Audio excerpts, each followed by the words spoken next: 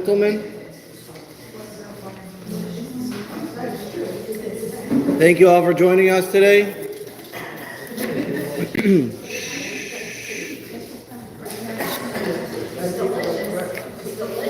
Thank you for eating breakfast.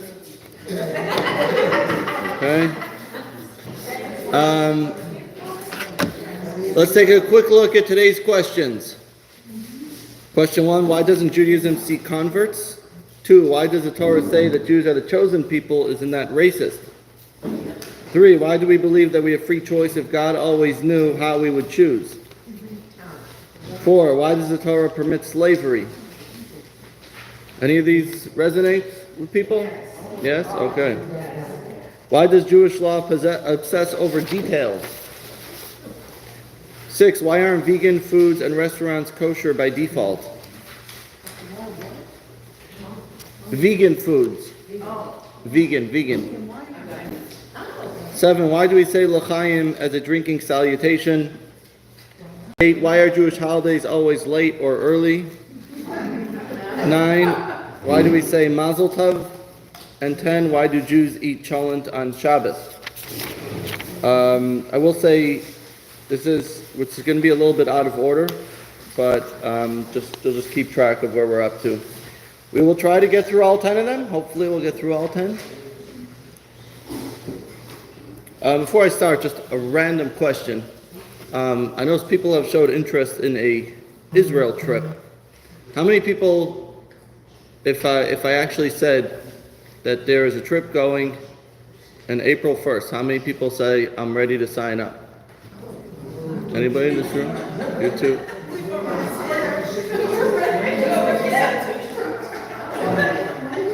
I see 2 that say yes.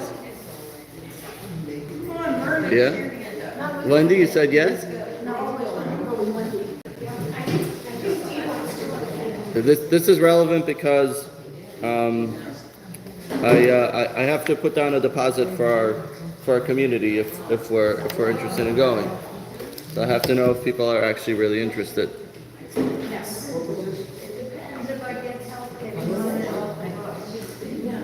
Okay, well, I'll let you talk to Rita about that afterwards. You'll have a conversation with her. Okay, let's go. Question number 1. Why doesn't Judaism seek converts? So we're going to give a little bit of background, historical background, which really takes us back to general understanding ancient times and how things have changed over time. There was a concept called tribalism, where people in general lived in tribes, and each one had their groups or their tribes that they were a part of.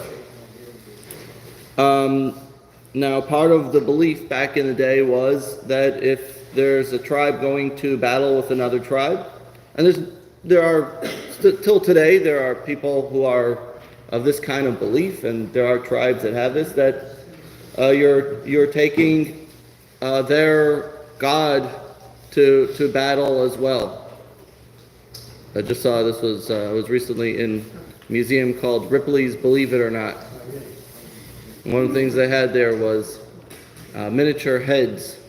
You saw this? You know what I'm talking about? It's pretty disgusting, but we're a tribe after they come back from battle, they would take the head of the other tribe that had lost that battle, and they would shrink it down because they believed that there was some devil that lives inside the head, and they didn't want it to escape.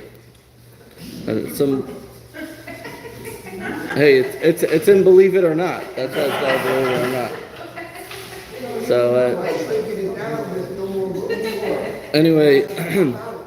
So in tribalism, each one had their god, and that means taking the god to battle. Now, came along the idea of universalism, and that was the concept of one god, and there's one way to serve him. Now, this idea in general was adapted. Obviously, this was something that was from Abraham and was something that was taught by the Jewish people, and it was within the Jewish faith in general.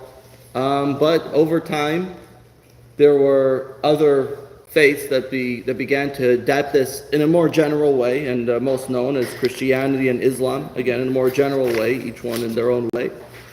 But the difference was that they said that there's one God and one way to serve Him. Where in Judaism we say there's one God, but there are still multiple ways to serve Him. Rabbi Jonathan Sacks, he wrote as follows. He wrote, Judaism has a structural peculiarity so perplexing and profound that though its two-daughter monotheism, Christianity and Islam, took much else from it, they did not adopt this. It's particularist monotheism. It believes in the one God, but not in one exclusive path to salvation. The God of the Israelites is the God of all mankind, but the demands made of the Israelites are not asked of all mankind. So in other words, we have 613 mitzvahs, 613 commandments, but we believe that there are commandments for others, for Gentiles as well. They have their commandments, and to think that it's exclusive to have commandments and that there's one way of life is not true. Everyone has their way to serve God, and every person that is created in a certain way, in a certain culture, they have to serve God. Now, of course, obviously, the first of those 7 Noahide laws is to believe in the one God, but the idea is that there are those who could fulfill their purpose by just being who they are, the way God created them, and therefore it's not important that everyone live their own way. I'm going to read another text from the Lubavitcher Rebbe. Now, insofar as the human race is concerned, the Torah tells us that it has evolved by the design of the Creator into a variety of components, rather than one massive uniform block. Just as a physical human body consists of a variety of organs and parts, each with its purpose and functions, nothing in it is useless or superfluous, for as our sages tell us, the Creator has not created anything useless in His world. And so just like within Judaism, you have different types of Jewish people. You have Kohanim, Leviim, Yisraelim, the Levites, Yisrael. You have men, women. We talked about this at length in last class. So the same thing as a whole, in all aspects of humanity, everyone has their role to play within humanity, and each one has to take part in that. And so, in a certain way, saying that we have to try and convert people is almost like saying that we're actually doing something that they should not be doing. In other words, God created them in their role, in their place, and by trying to convert them, we're saying that the way God created you is not the way you're supposed to be, right? And so therefore, it's actually something that we don't encourage. Now, you say, okay, but what if someone does want to convert? We do have the concept of Judaism, conversion in Judaism, so it is an option. And by the way, all Jewish people converted in a certain sense by Mount Sinai. If you say, so how is it that we do allow converts if we don't really hold by the general concept? And the answer is, as the Talmud says, a proselyte, a ger, that converts is compared to an infant at birth, meaning that it doesn't say a goy sheniskayer, it says a ger sheniskayer, meaning someone who is a convert that converts. In other words, there's something within the soul of that person that had to go through, that is really connected to the Jewish faith, but had to go through the pathway, that journey, if you will, that individual had to take in order to find their Jewish soul within them. So we do believe that there is a concept of conversion, but as a general rule, those who do have the conversion you will ask those who went through the conversion process. We have had those who have done it here, Um, and afterwards, remember one particular individual, she says, I feel like I found myself. I feel like where I've been looking for my whole life. In today's society with the LGBTQ community, you hear this term a lot. I feel like I was born into the wrong body. Right, so in a certain way, sometimes converts feel like I wasn't really born. I feel like I'm missing something. I don't feel like I'm who I was meant to be. So 1 second. Questions after each section. And so we do have this concept, but as a whole, it's not something that we go out and encourage. But if someone does come to convert, first we try and convince them out of it and say, it's not easy to be Jewish. Jewish people are persecuted people. We're people that have a lot of difficulties. It's not easy being a Jew. Keeping all the Torah and mitzvahs is not easy. So we first warn them, but if they continue to come back and say, no, I really want to, and there's no external reason for that, then obviously we encourage it and we move on. I will also mention, today there are movements that are called Noahide congregations, and there are some people who live around here that are part of them. And the Noahide congregations are individuals who have mostly come from other faiths, who understood this concept that God wants people to practice 7 Noahide laws, which in general are universal laws of keeping a good humanity, keeping peace, keeping goodness. There's really more than 7. That's the truth. But it's referred to as the 7 Noahide laws. But there's many other laws. In other words, things that are relevant to all humanity, to having a good world, a peaceful world, to being kind to animals, to having a good judicial system, to honoring other people, honoring your family, your mother, to have proper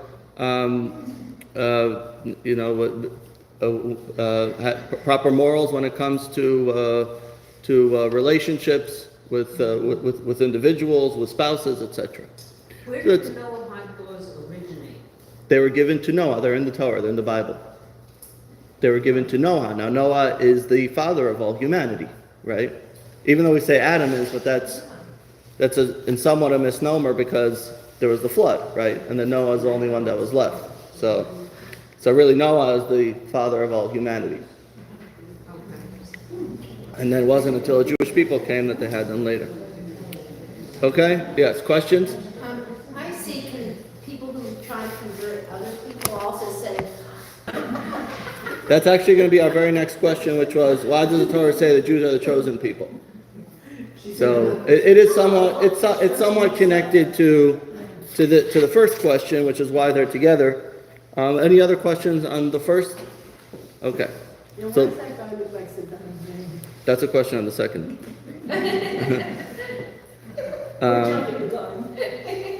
Okay. So now comes the question: why does the Torah say the Jews are the chosen people? Isn't that racist?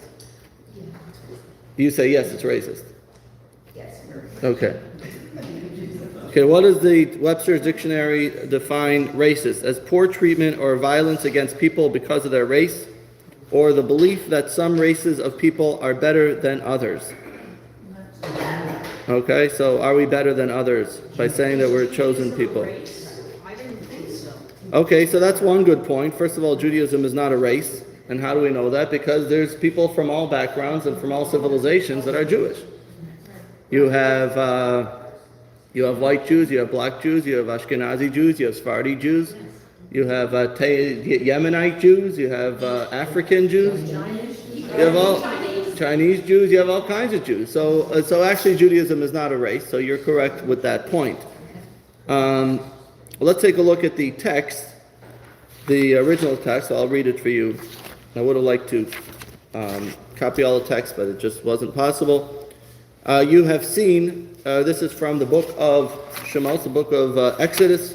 You have seen what I did to the Egyptians and how I bore you on eagle's wings and brought you to me.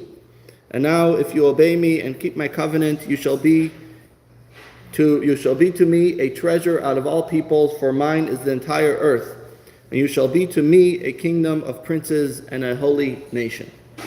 So this is where the original text comes from with this concept. You shall be to me a kingdom of princes and a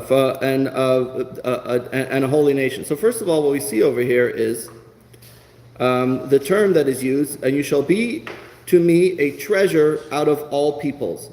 So Rav Ovadia Sforno, who's one of the commentaries on the Torah, says, you shall be a treasure out of all peoples, says, it doesn't say you shall be a treasure, period, it says you shall be a treasure of all peoples, meaning that all people are a treasure, and you are of that something else. In other words, if you have a box of diamonds, and you pull out one specific one, and you say, wow, I really like this one, it doesn't mean that the other ones are worthless.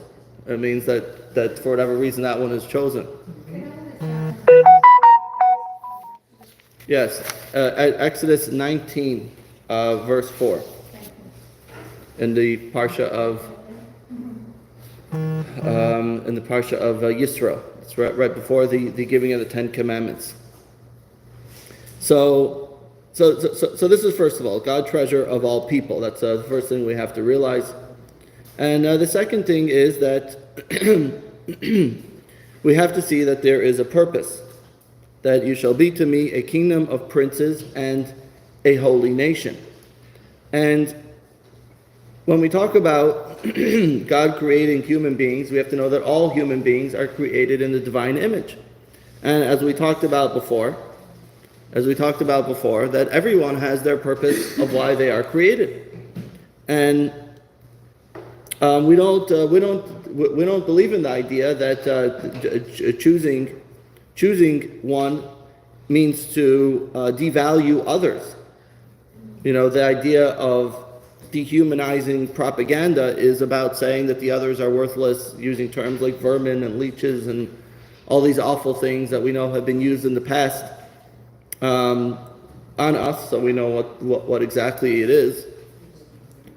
But what we're saying is that there are those that have their purpose, and there are those that are chosen in a certain way for a certain reason.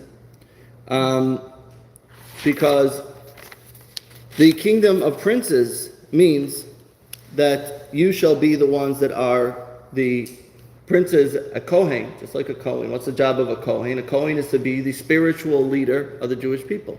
So in Hebrew, we refer to the Jewish people as Kohanim. Mamlechet Kohanim, a nation of princes, means that you are meant to be the Kohanim. You're meant to be the ethical leader of the world. You're meant to be the spiritual guide to the rest of the world and how to live. So it's not that chosen because you're better, but chosen with a mission, with a job, with a purpose, and that is to guide the world towards godliness, toward monotheism, towards morality, to show the beauty of family, the beauty of life, to bring about the divine purpose. So each of us have our part, our mission, as we mentioned earlier, and then you have to have some sort of guide which leads those in the path, showing them that this is the way that God had wanted that God had wanted His world to be like, and the reason that God created each and every one of us. And that is when we talk about Mamlechet Kohanim. To be a Kohen, a priest, means a spiritual leader, right? Someone that is there as a guide to inspire others, to teach others, and to help others. You want to move closer? Well, the writing up there is hard to see. It says purpose of creation and creation in divine image.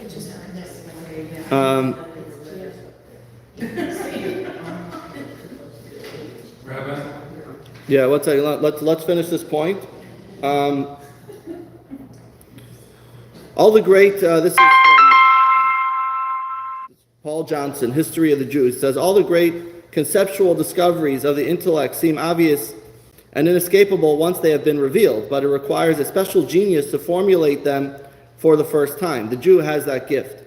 To them we owe the idea of equality before the law, both divine and human, of the sanctity of life and the dignity of the human redemption, of the collective conscience, and so of social responsibility, of peace and of abstract idea and love and the foundation of justice, and many other items which constitute the basic moral furniture of the human mind. Without the Jews, it might have been a much emptier place. So this is our idea to help others, to teach others. I actually taught a entire course, if you remember once.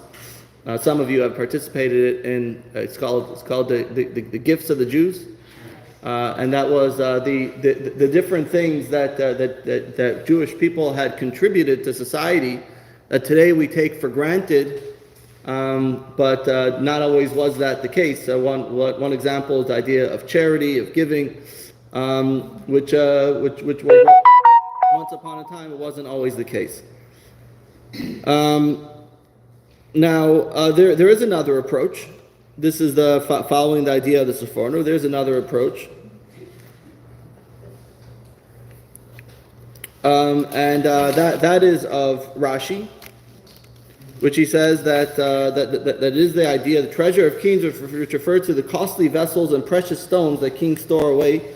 So will you be my treasure from among other nations. So in other words, this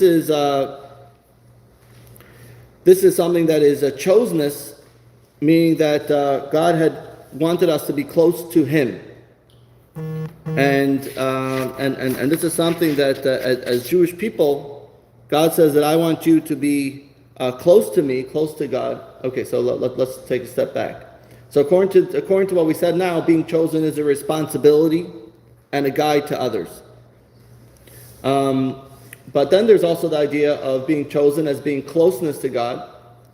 And the reason that God is saying this, that it should be a feeling of awe and humility.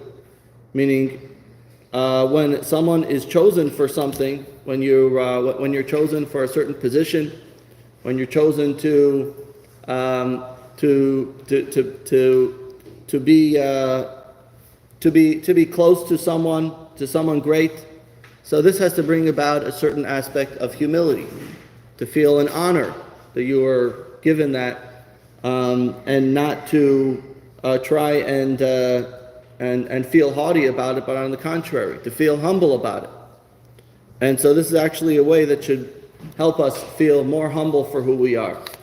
But the idea basically is that there are those who try to deny the concept. You know, what did Tevye say? I know, we are your chosen people, but once in a while, can't you choose someone else, right? That's what Tevye says. May his soul rest in peace. He just passed away, right? So now Tevye was he didn't like this concept of being chosenness, right? He says it comes with too much responsibility. I don't want to feel that responsibility. I don't want to feel that I have to humble myself, or that I'll have to have certain things that I am now looked upon to do certain things, and I'm not willing to do that. You know, imagine if someone is picked on the team to be the quarterback, and he says, I want to be just like everyone else. Let me just run out in the field. Why do you want me to be the quarterback? I'd rather run out. You know, you're given the position of quarterback because you have to be the one to throw the ball down the field so someone else can catch it. So we cannot give up on this chosenness. Like some people, they feel, it's not really true. We're not really chosen. And the truth is that when people feel that way, it's because they don't want to deal with the responsibility that comes along with it. So we have to recognize that it's something that God's giving us. God is choosing us for whatever reason that may be. And we don't necessarily know why it is, but we have to know that it's something that we have to take seriously, not to try and shove it off and to try and ignore it, but something that we have to take and to use it in the right way with humility, to be humble about it, and to be able to use it out for the right reason. Yes, who had some questions? You had a question? Yes, Rabbi. You talked about the role of the Kohen. Yeah. What is role of the Levi? The Levi, for the most part, is to serve the Kohen. Sorry? For the most part, it's to serve the Kohen. Oh, really? But they also had certain things. They had to guard the temple. They had to sing in the temple. They had different things that they're supposed to be. Yes. When I think about being the chosen ones, I always feel like we also chose God. You know what I mean? Like it's mutual. I think we accepted God. You know what I'm saying? Okay. Well, that's coming in the after effect, right? Yeah. I mean, Because like, I'm not sure how it really In the works. origination of our nation, if you will, if you're going all the way back to Abraham, then that's true. Yes, Abraham chose God. Abraham seeked, he searched until he found God. But then when you talk about the Jewish people in Egypt, so here they are in Egypt. They're stuck there, you know. But yes, they always clinged on. They always kept that. So yes, it's true. There is a certain sense of that reciprocity, right? That is there. That is yes, yes. Isn't it so though, that to one to whom much is given, much is required? 100%. That's what we're saying. That would make being chosen not something to be proud and haughty about, but something to find out, oh, what does God want me to do? 100%. That's exactly what we're saying. Yes. Yeah. Okay, this is not a concept that should be strange to us, because today in social organizations, when we elect our president, chairman of the board, or whatever, we expect that individual to shoulder a tremendous amount of responsibility to help run that organization. Right. Coordinate with other similar organizations and do good things for the members of that organization. Right. Because the members themselves don't have the power. Right. So, but the only difference I would say is in the case of a president of an organization, that they're accepting that, where as a Jew didn't really have a choice in the matter. Yeah. One thing I want to think about is being chosen. These people who are prophets, I keep saying to Al, I said most of them had horrible personal lives. They're having to tell a king that this horrible thing's going to happen. True. Isaiah, Take a look at Moses. He had a hard life. Abraham had a difficult life. Personal lives and most of them, some of them were just simple cobblers. And Right. simple- True. And why were they chosen? But they turned out that their lives were not easy lives. They were usually horrible This is very true. Very true. And horrible deaths. And horrible Okay. deaths. Yes. All right. Next one. Let's see. Why do we believe that we have free choice if God always knew how we would choose? It's a good question. It's a good question. Yeah. I feel like God gives us free choice and to make certain decisions, but there are always consequences for every decision we make. Whether it's a good decision or not a good decision, there's always a consequence, and that's kind of like how God made it. Okay. Let's first answer the question, and then we'll take comments on it. So there's basically two answers that we're going to give. See? Yeah. The first one is from Rabbi Shmuel de Useda, known as the Medrash Shmuel.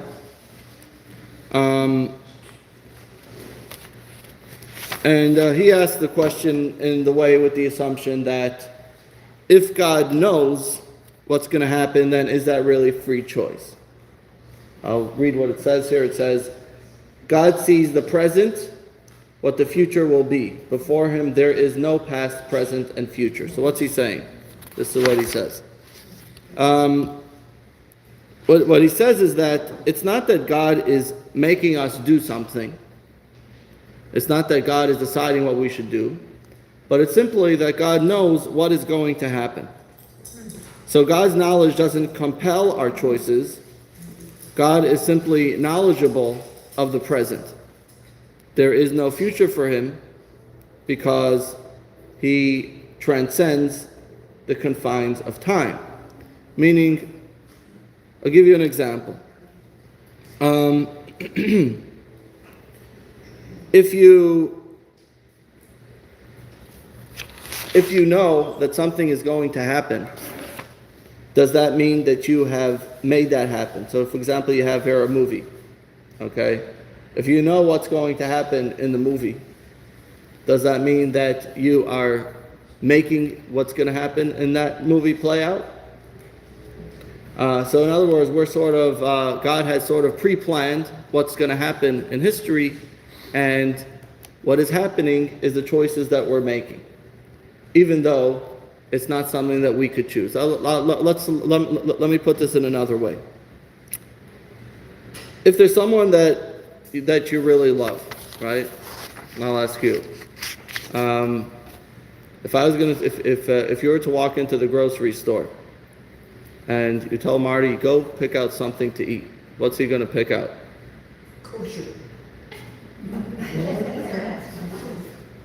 If you tell me to pick out something kosher, what he would pick out, What would he pick out? hot dogs. Hot dogs, okay.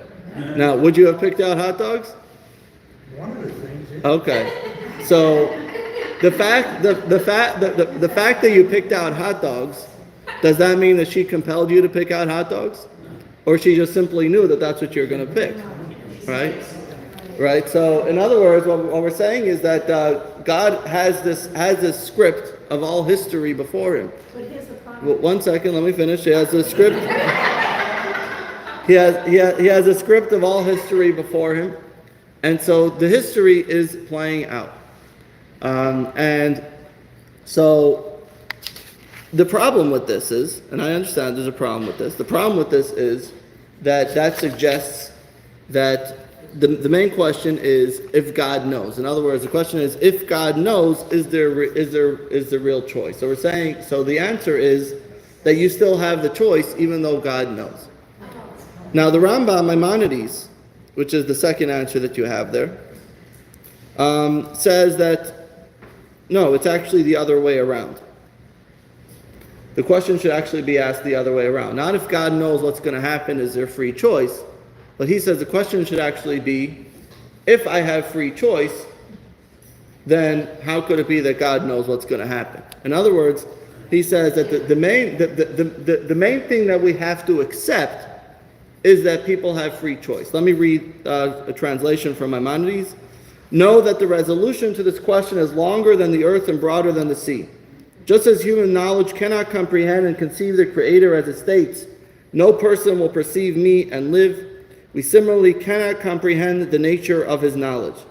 This was the intent of the prophet's statement, for my thoughts are not your thoughts, nor your ways are my ways. Accordingly, we do not have the potential to conceive how God knows all the creations and their deeds. However, we know without any doubt that our actions are in our hands and that God does not lead us in a particular direction nor decree that we do in a particular act. This matter is known only as a tradition of faith, but also this matter is known not only as a tradition of faith, but also through clear philosophical proofs. So what he's saying is that we have free choice. And how is it that God knows?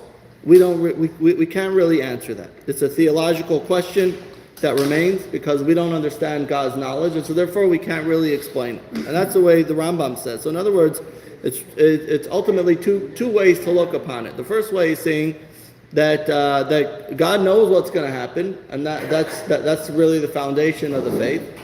And ultimately, we have to believe that we have free choice, even though God knows what's going to happen. The Rambam says no. The main thing is to know that we have free choice. And as far as how does God know, how does that work with that? That's something we have to accept as a matter of faith, because we really don't know how God's mind works, so to speak, to understand both together. So these are two different ways of looking at it. So we have free choice as a given, and how God knows that will remain a question. 1 second, first you had a question? No. Yes. About two things. Number one, 3 years ago, somebody answered this question in a very logical manner. You have a tree full of branches and roots. and all the branches that you go to leads towards where God wants you to be. So your free choice is whatever branch you continually choose. But the end result is where God wants you to be. So you're basically giving me the first answer, Yes. which is fine. The second Okay. question, Marty goes to the store and he sees 50% off of all the different kinds of commissions. So he buys a big shopping bag full of commissions, and when he comes home, she says, "Well, show me them. Where are the hot dogs?" Yeah. So, free choice.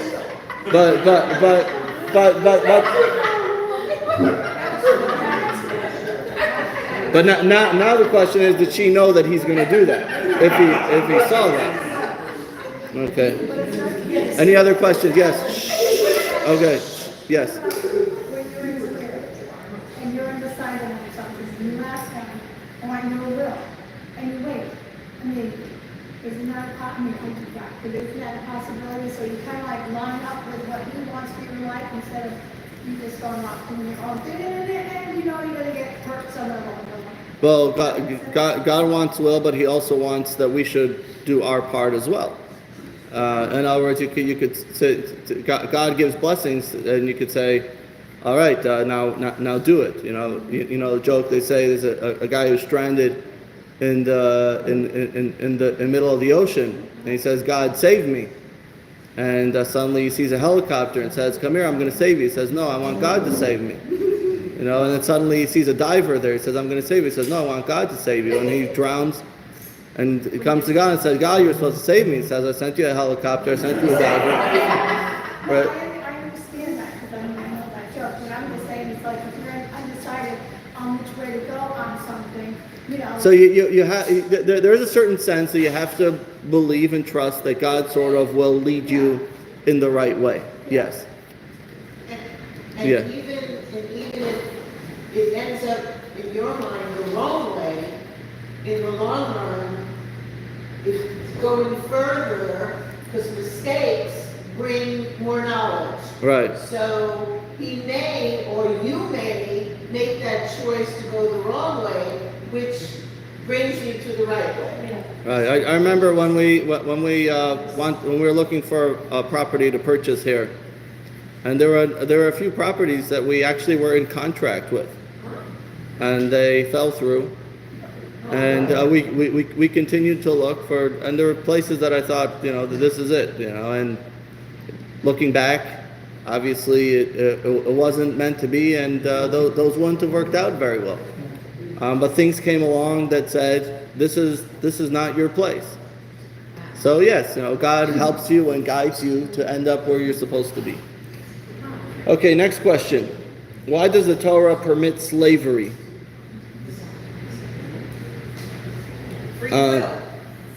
Free will?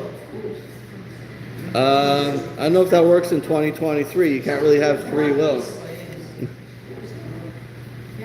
So the fact that the Torah has the concept of slavery is something that you can't deny. Right? It's there. It exists.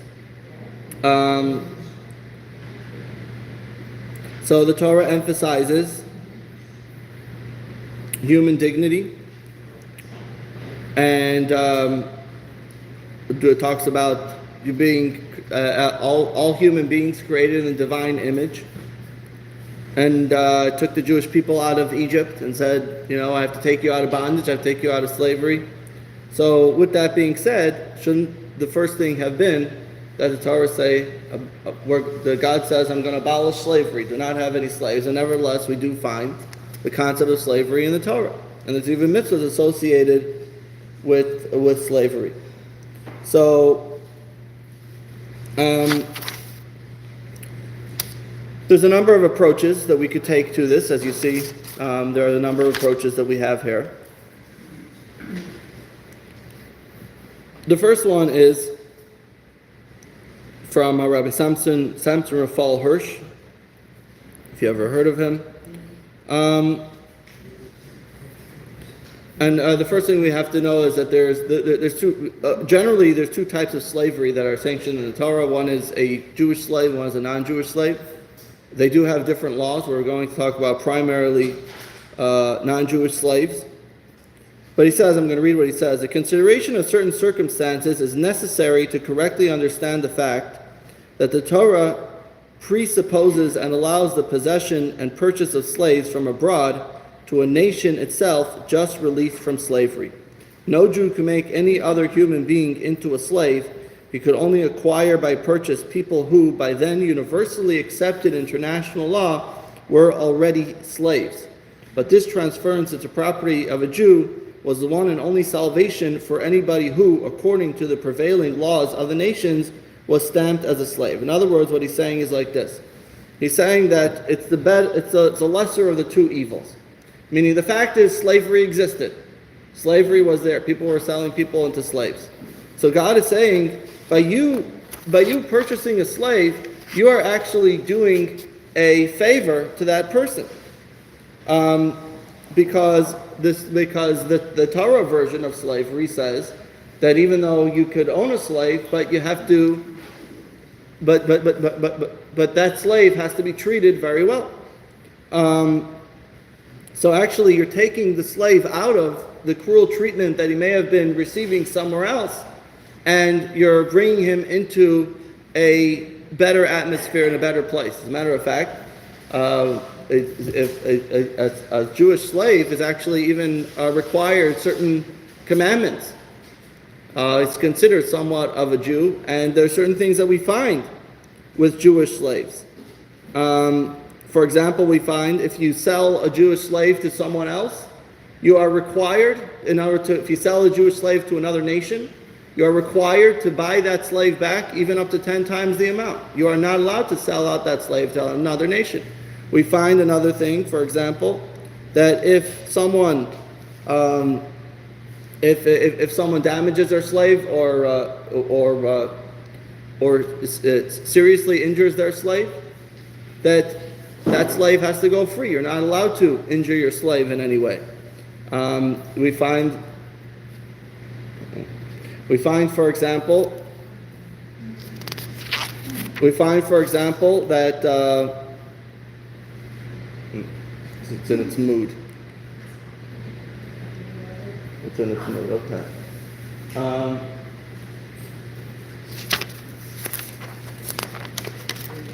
Let me go back for a second.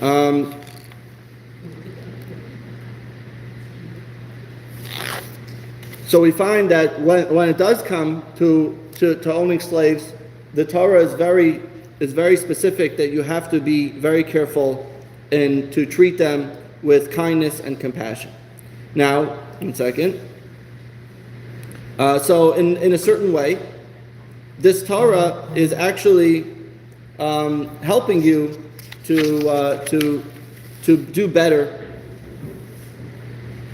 To do better for those slaves, and you're actually helping them in to live a better life than they were until now. 1 second. We also find historically, Rabbi Tzadok Cohen says, there's no society in the world in which slaves found such kindness and love of humanity as in that of the Jews. Aside for the decisive proof implicit in the laws themselves, and aside for the heart-capturing deeds and kindness and compassion described in the Talmud, there's one thing that verifies the true nature of our claim in the best way. That is seen in the fact that in all of recorded history, one does not find even the faintest trait of complaint from slaves, not even from the smallest attempt in uprising against their masters, when at the same time there are revolts that cause devastation in other lands. We don't find that amongst Jewish slaves. And this is what he says. We could. It's up for an interesting discussion. But then there is another aspect here. Another perspective is that the Torah, when we talk about the Torah, it's hard to read. Lofty goals instills eternal values and practical legislation to combat evil. In other words, the Torah sets forth high standards while considering unique circumstances. The Torah puts forth lofty goals that we have to do, and at the same time, it motivates us to try and do our best in order to accomplish that which we are doing. So, on one hand, the Torah says all people are created equal, but at the same time, the Torah is saying that there could be slavery. So, how could it be both? So the truth is, on one hand, the Torah has very lofty goals, and it says Adam was created as a single individual. All humans are created equal, but and that you have to treat everyone with dignity. But at the same time, the Torah recognizes that if we just throw that upon them, coming out of Egypt and coming out of a civilization that is so dominant when it comes to slavery, they themselves were slaves, that it won't be accepted so quickly. So in other words, the Torah is saying, this is the goal, this is what I want you to know, I want you to treat everyone equally. Now it may take 2,000 years to get there. And of course, the Jewish people were very involved in the aspect of removing slavery. But he's also saying that if we just say you're not allowed to have slavery, the Jewish people will say, well, what do you mean? There's no economy without slavery. We can't buy, we can't sell, we won't have workers, we can't have people to employ. So the Torah revolutionized slavery, saying, okay, so let's take it step by step. You're going to have slaves, but make sure to treat them with dignity. To recognize still that even though they're working for you, you have to respect them. And to see them for who they are, still as a human being, even though they're working for what you're doing. And to abolish slavery would be preferable. But the Torah is permitting it in a way that hopefully it would eventually be abolished. Now, according to the first way, we're saying that the Torah allowed slavery primarily due to the immoral circumstances that were prevalent amongst the nations, and it was actually good for the slaves to be to be a slave of a Jewish person, because that way it was better for them. And the second way, we're saying no, the Jews should never really have owned slaves to begin with, but it's a way that the Torah is giving them an opportunity to slowly break into the system of really appreciating the dignity of all human beings and not having slavery at all. Yeah. Is there any way to enhance the red? I can't read. So the best I can do is read. It says, lofty goals. Adam was created a single individual. All humans are equal. But the reality check is one must treat a slave with dignity and kindness. Okay. The other thing is there any provision for manumission of slaves? The release of this. Yeah, so as I mentioned before, a slave that's released actually becomes Jewish if they want to. They actually become a convert. They become Jewish. So is that the only pathway to release of servitude? That they become Jewish? no, it's not the pathway to release. It's if you do release them, then while they're a Jewish slave, they actually have certain commandments that they have to follow. In other words, they're sort of half Jewish, if you will. And then when they're released, they become fully Jewish. And if they're defiant and you got them, I mean, if they run away and they escape, then yeah, But aren't then there they're not. people who wanted to be slaves because they couldn't make it on their own and they were voluntary, all indentured? Yes. 100%. So that's what we're saying. It's so for some people, it was actually good to be a Jewish slave. Yes. Yeah. One second. Let's take one at a time. Didn't the Torah have something about they would keep a slave like for 7 years? That's a Jewish slave. That's a little bit different. What is that? A Jewish slave had different provisions. Yeah. Okay, and then after the 7 years, they had an option to say, yes, I want to be free. They- No, I want to stay with this family. They had the option, but it was very much discouraged, and that's why there's a whole thing that they had to get their ears pierced and Correct. That's specifically a Jewish slave. Okay. Yes. What is the obligation today of a Jewish person when there are millions of our children being sold into sex slavery, and we know What's that supposed to mean? Millions of our children. millions of children in this country and throughout the world are being sold as sex slaves. Okay, And so what, as a Jewish person, it's like an as Jewish people, we have to educate the world the importance of human dignity, and try and stop it if we have the ability to do so. That's a problem. 100%. Yeah. Have I? Oh wait. Okay. Oh, I'm sorry. Go ahead first. I was just thinking, every morning we have a blessing that thank God I'm not a slave. I guess we're talking about the time, not the Jews, we're talking about not owned by a Jewish person, but. Right. Okay. Is that what you were- that's- Yeah. I guess you could have different versions of how you want to translate that. There's also an internal slavery, and it's slavery that people are stuck within themselves. If you have someone that's an addict, they're a slave in a certain sense. Yeah. We talked about, thank you.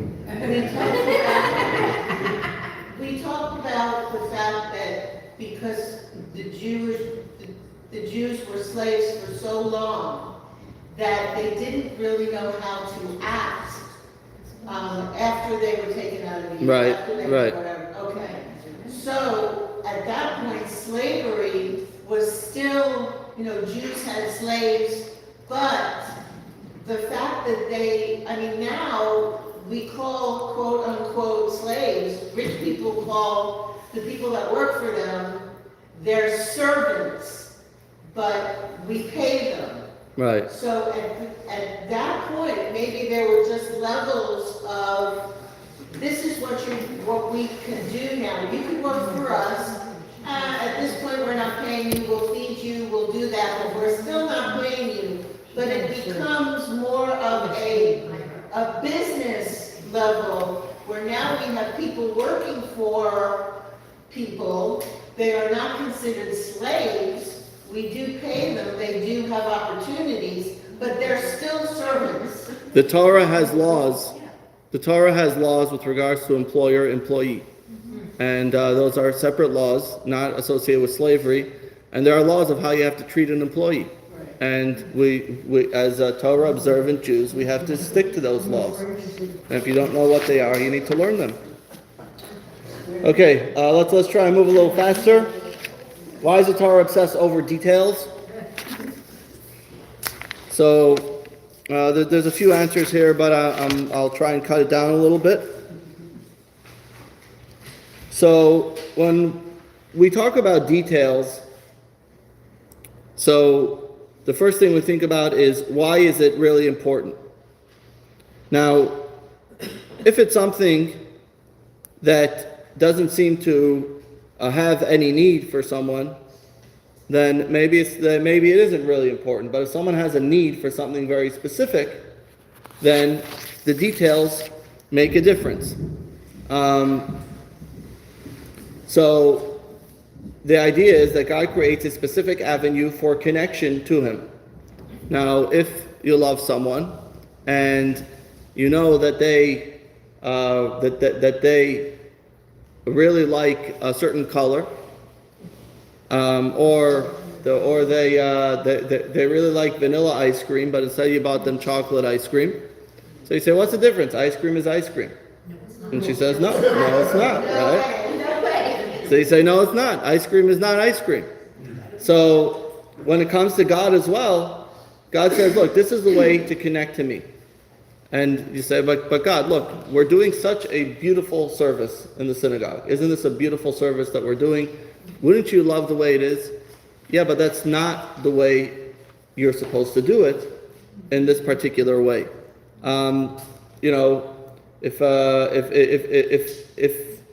If anybody ever watched a football game, right?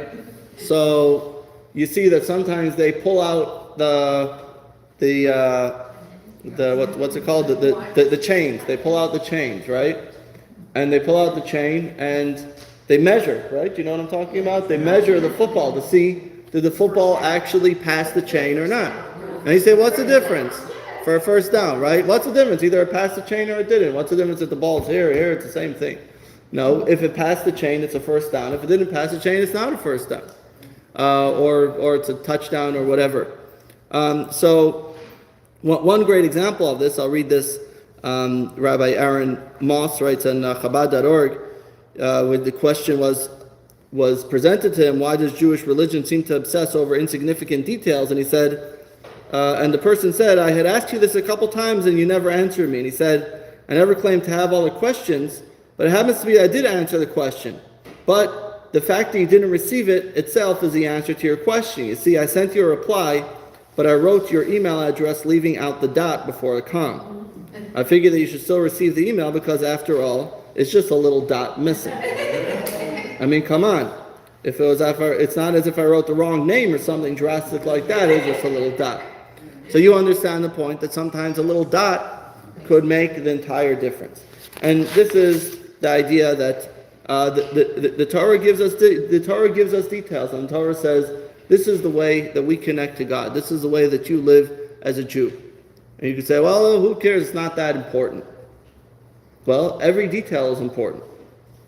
Well, isn't the Torah giving us God's will? The Torah tells us That's God's will, exactly. And so someone comes along and says, well, you know, for me, it's not really important to do something in that way, but I know that God really loves me. You know, it's a guy asked to put on the tefillin. And he said, I love God in my heart. Okay, that's very good. But God said if you want to connect your heart, the way you connect your heart is by putting on the tefillin that has the Shema that's close to your heart. Right? So you say you love God in your heart, very good. But God told you, this is how I want you to connect your heart. Now, with that being said, you say, okay, well, how does God really want me to be perfect? So the Medrash says like this, says Rav Acha, when an uneducated person says seva, hatred, instead of ava, love, so for example, when reading the Shema, instead of v'ahavta, you shall love, he recites v'ayafta, you shall hate, God says about this person, his error is beloved on me. In other words, if someone is doing this is the word v'digloi, which means luring, v'dilugai means skipping. So you're actually reading almost a very similar word. V'digloi means luring in love. V'dilugai means skipping over love.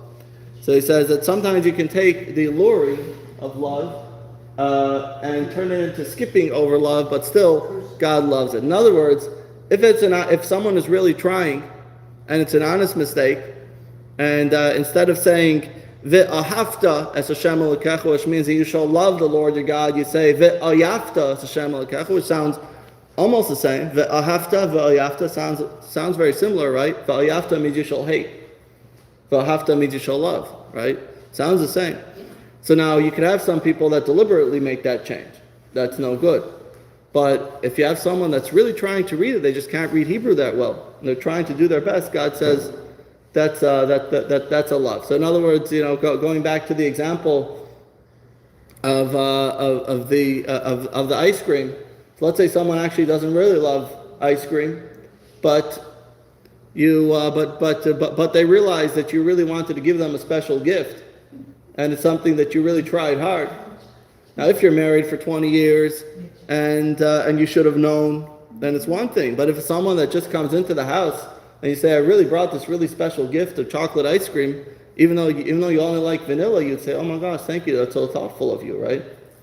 But if it's someone you've been married to for 20 years and should have known that, then you would not appreciate it. So there we have the difference. So you have, you know, if you have someone that should know the difference, then that's not good. But if you have someone that doesn't know the difference, and God says that as long as you're doing it with all your heart, I accept that. Okay? Questions? Let's move on. I'm going a little bit out of order because we have to lighten up a little bit. maybe we'll get back to the other ones. We're going to go to why are Jewish holidays always late or early? I'm going to still try and finish everything else. We'll get to the vegans soon.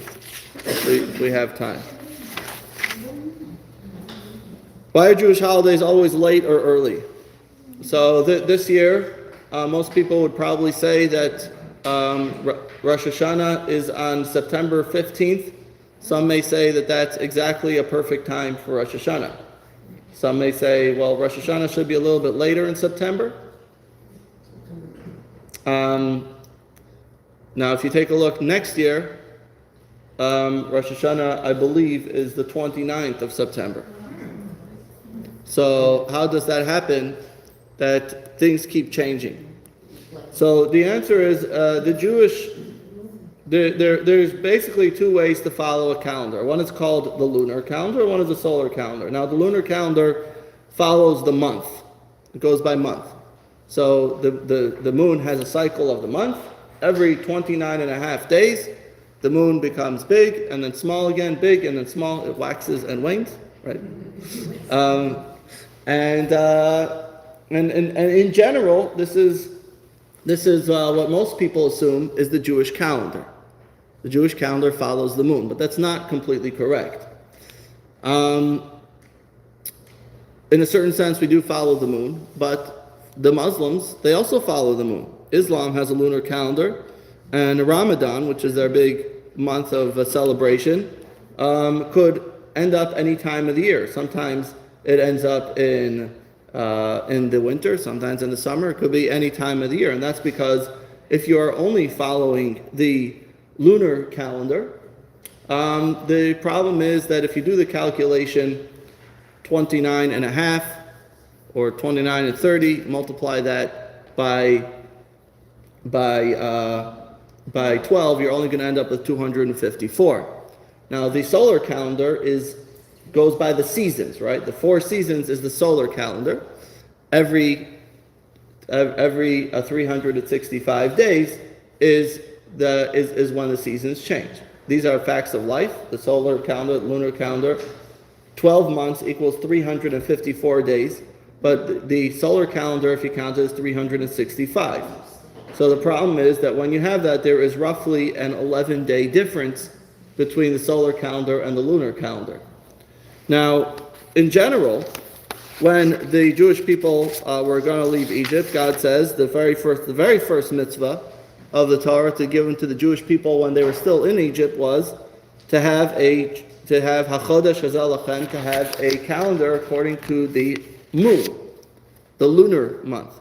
But nevertheless, God says, Shamor es Chodesh Ha'aviv.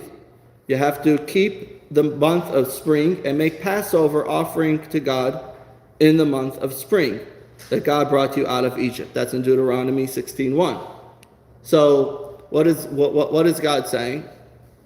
That while we follow the lunar calendar according to our months, so we don't go January, February, March, which is really just pseudo made-up months, because there aren't really any months in the solar year, and that's why some months have 29 days and some months have 30 or 31 days, because there aren't really months in the solar year. There are months in the lunar calendar, and there are years in the solar calendar. There's seasons. And the Torah says the holidays have to be in certain seasons. Passover has to be in the month of Aviv, in the month of spring. Sukkot has to be in the time of gathering, Chag HaAsif, the time of gathering, which is what we would call autumn or fall, right? That's a time of gathering. So every holiday has to be in their season. And if we continue just leaving it only according to the lunar month, so therefore you would lose track. So therefore, once every few years, we add an additional month, because if you keep moving back 11 days, you end up back in the month. So then we say, let's add a month and push it back down. Then you start moving back, and we add a month and push it back. And so that's how it keeps going back and forth but it's never going to be exact. So it happens to be this coming year. We're starting Rosh Hashanah in a month and a half. This coming year is going to be a leap year, which means there will be an added month. So it's an extra month of celebration that we have this year, because it's always the month of Adar. That's the added month. Why is it the month of Adar? Because that's the month before Passover. And Passover is the time where we have to make sure it's in the spring. So it's never going to be exactly the same day, because it's sort of this back and forth that there is. You keep losing the 11 days, but then you're adding 30. So you're losing 11 days and adding 30, and that's why the calendar is the way it is. Sometimes it'll end up a little early, sometimes it'll end up a little late, but it'll still be within the same time frame. Yeah? Rabbi, this is a point of interest. The Muslims have a pure lunar calendar, and you'll find that Ramadan can occur anytime during the year for that reason. Yes, I mentioned that before. So the sun, now there is also a certain lesson that we could take from here as well. The sun is constant. The moon adapts. The moon is constantly changing. So a lesson that we can learn for ourselves is that there are certain things that are constant, and there are certain things that change in life. And our job is to take on both. Our children must be taught to embrace principle. There are certain things that are constant, that have to be strong, that have to be part of our daily life, and has to be things that is, no matter what, this is the way we're going to live, this is what we're going to do, we're going to make sure to continue to keep these traditions. You have to make sure that every day you get up in the morning, you have a normal order to your day, and constantly you do these things. You have to make sure that you have studies that you do every single day, no matter what day of the year it is, whether it's in middle of the winter time or it's on Yom Kippur. You know you're going to do this daily study no matter what. But then there's also certain things that change. There's holidays that come about, and so we have to embrace growth. We have to embrace change. We have to embrace things that are constantly coming at us in different ways, and to accept that and to appreciate that. And so that's what we learn from our calendar. Okay, any questions? When things are constant and things that change, don't you want to alter the things that change to become more consistent, more constant? Don't you want to keep? Well, yes, in a certain sense, yes. Let's call it growth, right? If you don't want to always be the same, but you also have to grow. Growing recognizes that there has to be change as well. And sometimes that means adapting, yes. That's why Judaism exists today, because we adapted. Right, 100%. So in Judaism in general, you're right. In Judaism in general, we have the fundamentals, we have our foundations, but also we know that the times change and we have to adapt to that.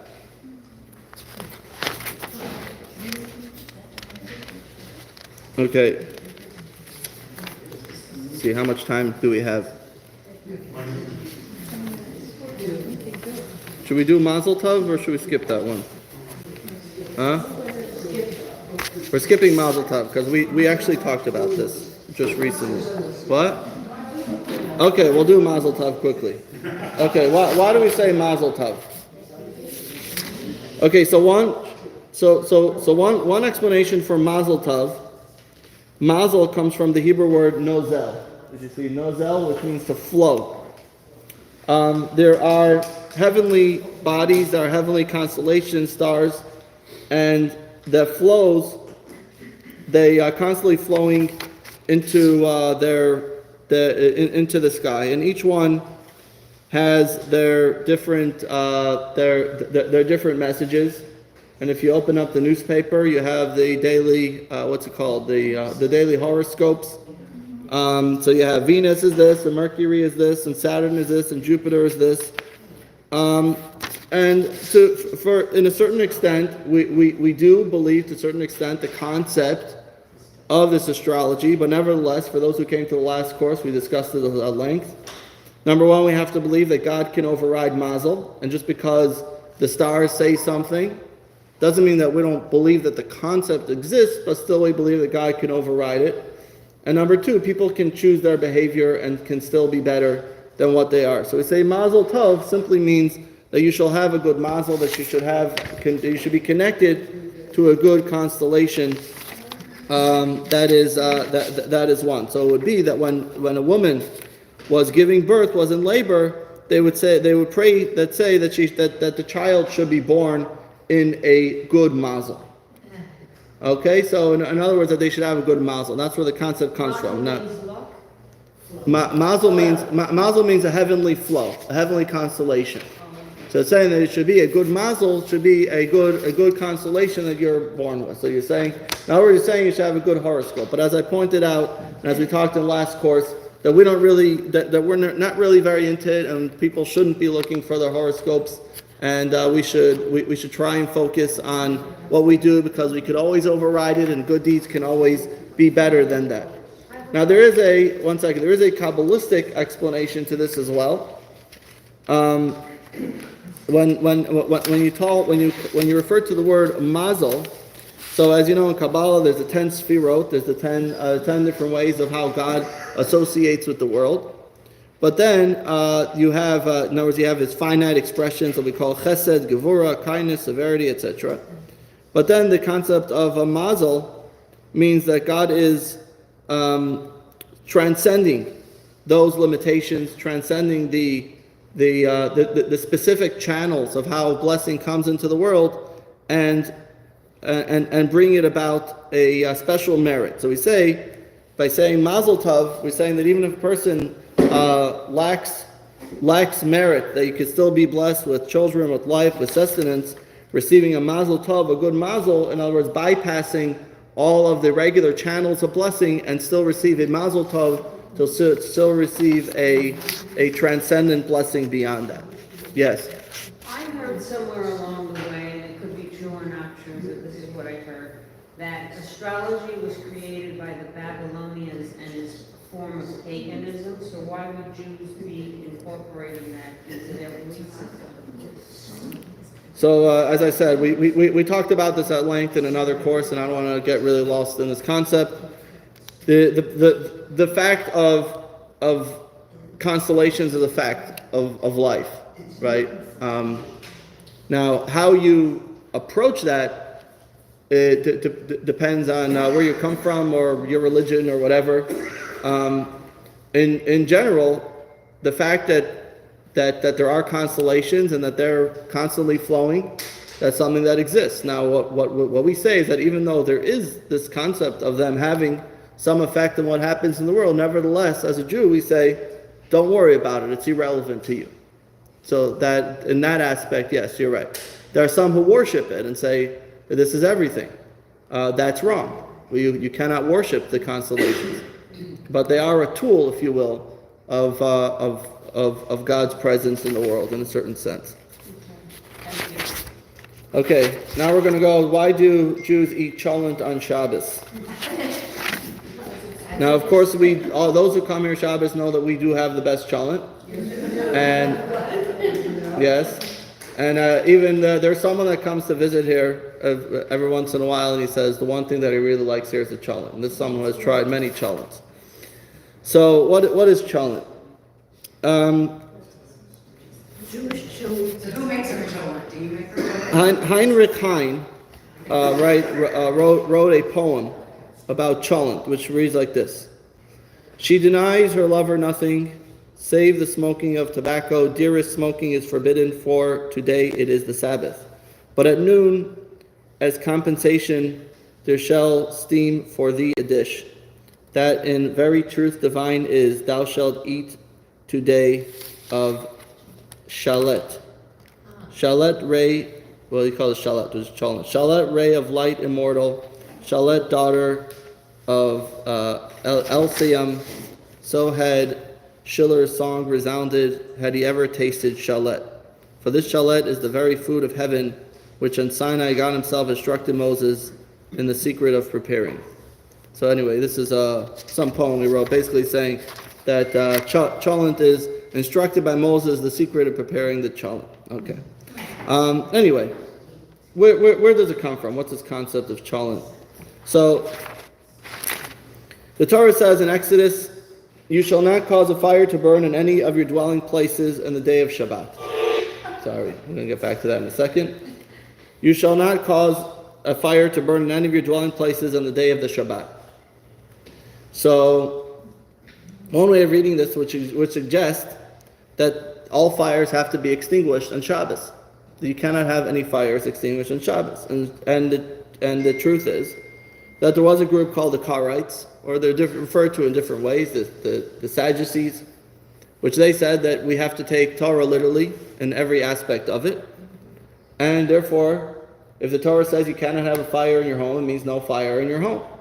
No fire can be burning in your home. You cannot have a heater in your home. They would sit in the cold on Shabbos. You cannot have any light burning. You cannot have any light. They would sit in the dark on Shabbos. And there's still people today who live by this, by the way. But we know, according to oral tradition, and they objected to oral tradition, but we know, according to oral tradition, that that's not what it means. It means that you cannot light a fire, but it doesn't mean you cannot have a fire. And in order to override this concept, if you will, we wanted to have something that actually shows that we could enjoy hot food on Shabbos. In other words, there's nothing that says you're not allowed to have hot food on Shabbos.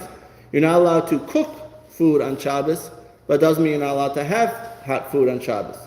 So when it says you shall not burn in any of your dwelling places on Shabbos, it means you shall not cause fire to burn in any of your dwelling places on Shabbos, but you're allowed to have a fire burning. And so the idea of cholent is having a dish, doesn't necessarily have to be our recipe, it could be any dish that cooks all night. You don't touch that fire because you're not allowed to burn the fire, but the fire is allowed to be burning, and you allow it to cook, and you eat it on Shabbos. Back in the day, not everyone was able or wanted to have their fire burning. Today we have electric fires, but back in the day you didn't want to have a fire burning, so they had the one bakery in town, and everyone would go and put their cholent pots. I remember Rachel. She told me back in the shtetl, she remembers that they would all have their pot of cholent. They would go to the bakery before Shabbos. They would stick their pot of cholent in the bakery, and when it came Shabbos day, you ended up with someone else's pot of cholent. So, but it's the concept of eating hot food. By eating hot food, we're testifying to the concept of an oral Torah and the acceptance of the oral Torah that whatever we have in the Torah, we need to have that as part of our tradition. We'll watch a quick video, and then we can get on with the vegans, and I'll show you a little video here.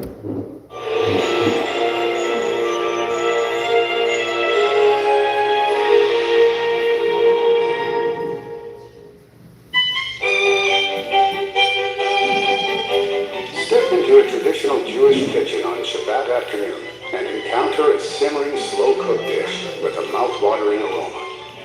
A glance through Deuteronomy won't help you with this one. The label for this culinary creativity has an onomatopoeic ring similar to infamous Yiddish words, such as chutzpah and shlep. Yes, cholent and chulant is often chunky, heavy, and likely to turn a Shabbat afternoon power nap into a blissful deep sleep. Hard to rise experience. Heinrich Heine, a foremost 19th century poet, exchanged his Jewish religion for academic acceptance, but found himself anchored by a weighty pot of savory delight. In his poem, Princess Sabbath, the apostate describes the Shabbat queen singing the praises of Shalet, the original Yiddish word for cholent. She denies her love for nothing, save the smoking of tobacco. Dearest, smoking is forbidden, for today it is the Sabbath. But at noon, as compensation, there shall steam for their dish, that in very truth divine is. Thou shalt eat today of Shalet. Shalet, red, light, immortal. Shalet, daughter of Alicia. So had Shirah's song resounded, had he ever tasted Shalet. For this Shalet is the very food of heaven, which on Sinai God himself instructed Moses in the secret of preparing. Heinrich's depiction of God sharing the cholent recipe on Mount Sinai may not be altogether fantastical. Did I mention that Deuteronomy won't be of help? Indeed, but the book of Exodus will. The verse forbids lighting fire on Shabbat, A stew simmering over a flame lit before the start of Shabbat is the obvious solution for Jews seeking to fulfill their biblical obligation to honor Shabbat with a good dish, prepared uniquely for the holy day. Jewish tradition defines good as meat or fowl. Jewish stomachs define good as a warm meal, not a cold one. Jewish ingenuity took these factors and created cholent in all its glorious variations. But cholent became a national sensation due to defectors of another kind. An ancient breakaway Karaite sect embraced literal Bible interpretation and denied the oral tradition taught by Moses and the sages. They insisted that fire not be present on Shabbat at all, 24 hours without light, heat, or warm meals. As a vote of confidence in Mosaic tradition, faithful Jews kept slow-cooked stews on fires that burned throughout Shabbat. Just a spoonful of cholent, and you'll know the Karaites were hopelessly wrong.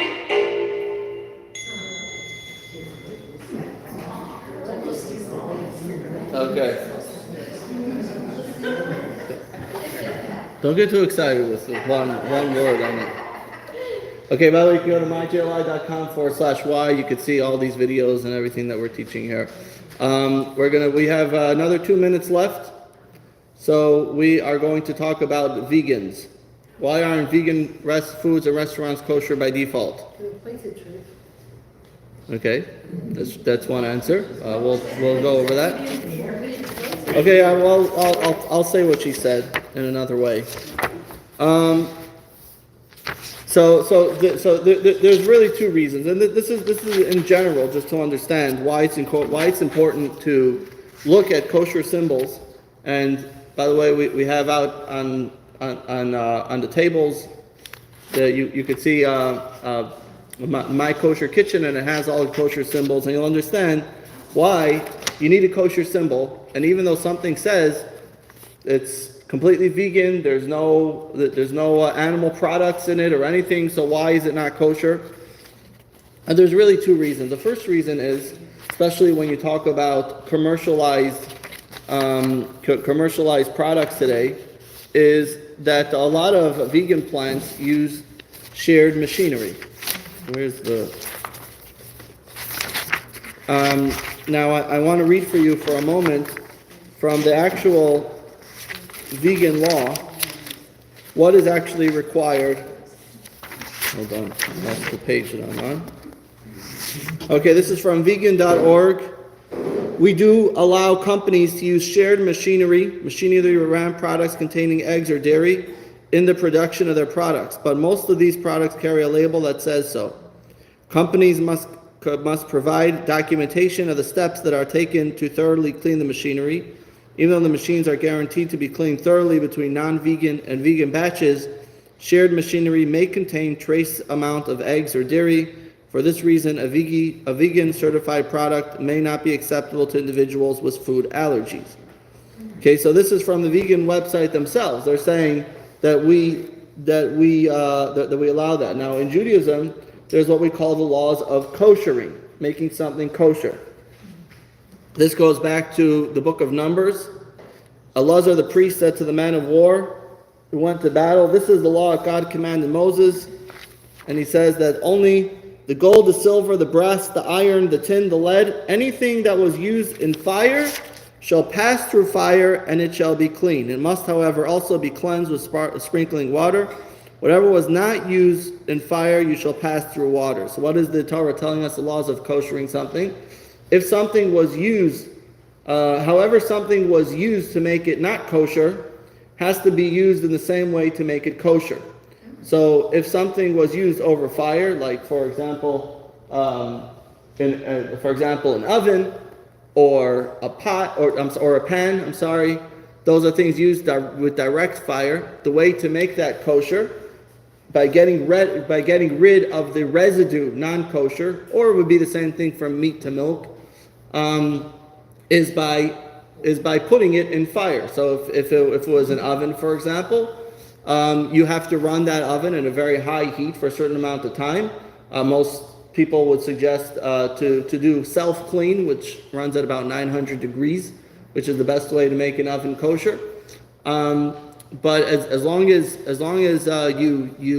you run it the same way, it became not kosher, so you can make it kosher through the other way. And if something became not kosher through water, for example, a boiling pot, so then the way to make that kosher is by putting it in hot water. So you boil water, and you put that pot in another pot of boiling water. If the pot is too big, then you have to boil the water and let it flow over the sides to get itself, so to say, immersed in that. If something is used for cold, then you just have to rinse it thoroughly because it never actually became not kosher on its own.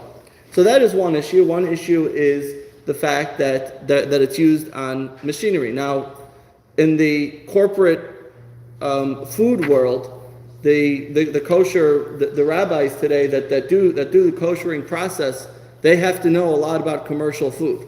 They know the way the commercial machines work. They know about the commercial products being used, and there's ways that they run hot water through those big machines in order to clean them out or whatever.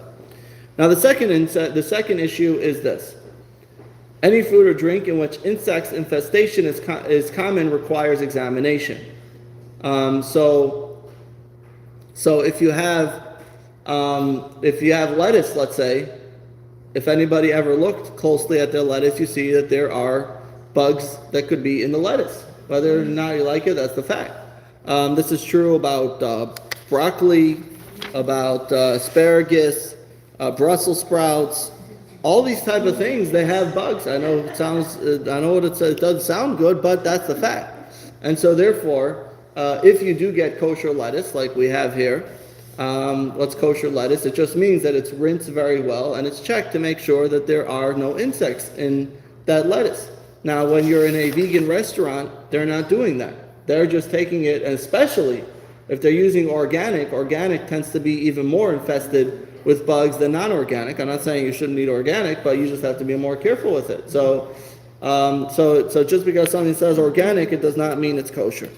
And so that's the second reason why it's problematic, that just because something says vegan doesn't necessarily mean it's kosher. So with that being said, you have to make sure to always look for the kosher symbols. And if you want to know what are acceptable kosher symbols, so you could take one of those papers that we have out there, and it has a whole list of kosher symbols. Not the only ones, but it's many of the kosher symbols that you will see, and that's always a good way to know what we have to be careful with when we put food into our mouth. And with that, we'll say l'chaim without going into the explanation. We missed that one. Yes. Comment, okay? For Passover, I was privileged to watch how the